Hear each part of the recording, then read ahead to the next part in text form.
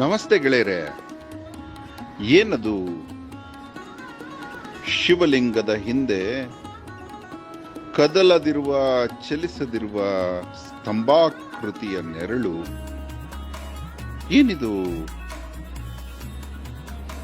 ಶಿವಲಿಂಗದ ಹಿಂದೆ ಶಿವಲಿಂಗದಷ್ಟೇ ಅಗಲವಾಗಿ ಛಾಯೆಯಂತೆ ಇದೆಯಲ್ಲ, ಇದು ಯಾರ ಛಾಯೆ? ಶೂನ್ಯ ಛಾಯೆ. ಯಾಕೆಂದರೆ ಅನೇಕ ವಿಜ್ಞಾನಿಗಳು ಇಂದಿಗೂ ಈ ದೇಗುಲದಲ್ಲಿ ಈ ಛಾಯೆ ಯಾವ ಸ್ತಂಭದ್ದು ಅಂತ ಹುಡುಕಿ ಹುಡುಕಿ ಹುಡುಕಿ ಹುಡುಕಿ ತಣ್ಣಗಾಗಿದ್ದಾರೆ ವಿನಃ ಸ್ತಂಭ ಸಿಗಲಿಲ್ಲ. ಯಾವುದೇ ವಸ್ತುವಿಲ್ಲದೆ ಛಾಯೆ ಬಿದ್ದಿರುವ ಈ ದೇಗುಲದ ವಿಸ್ಮಯ ಅದ್ವಿತೀಯ. ದೇಶ ವಿದೇಶಗಳಿಂದ ವಿಜ್ಞಾನಿಗಳು ಬಂದು ಅಚ್ಚರಿಯಂತೆ ಬೆರಳು ಬಾಯ ಮೇಲೆ ಇಟ್ಟುಕೊಂಡು ನೋಡುತ್ತಿದ್ದಾರೆ. ಇದೇ ಛಾಯಾ ಸೋಮೇಶ್ವರ ದೇಗುಲ ಇಂದಿನ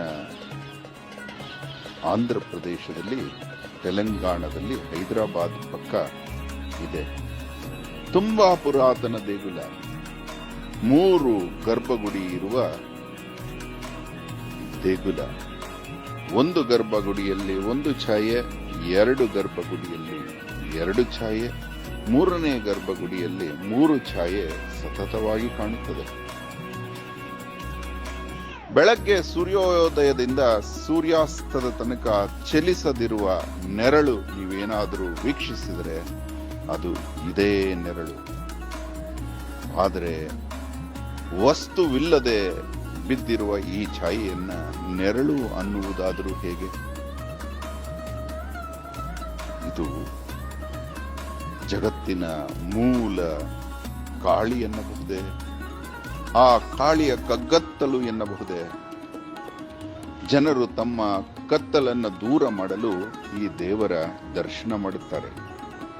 ಶಿಲ್ಪಿಗಳ ಚಾತುರ್ಯಕ್ಕೆ ಶಿರಸಾಷ್ಟಾಂಗ ವಂದನೆಗಳು. ಧನ್ಯವಾದ. ಅಹೋರಾತ್ರ.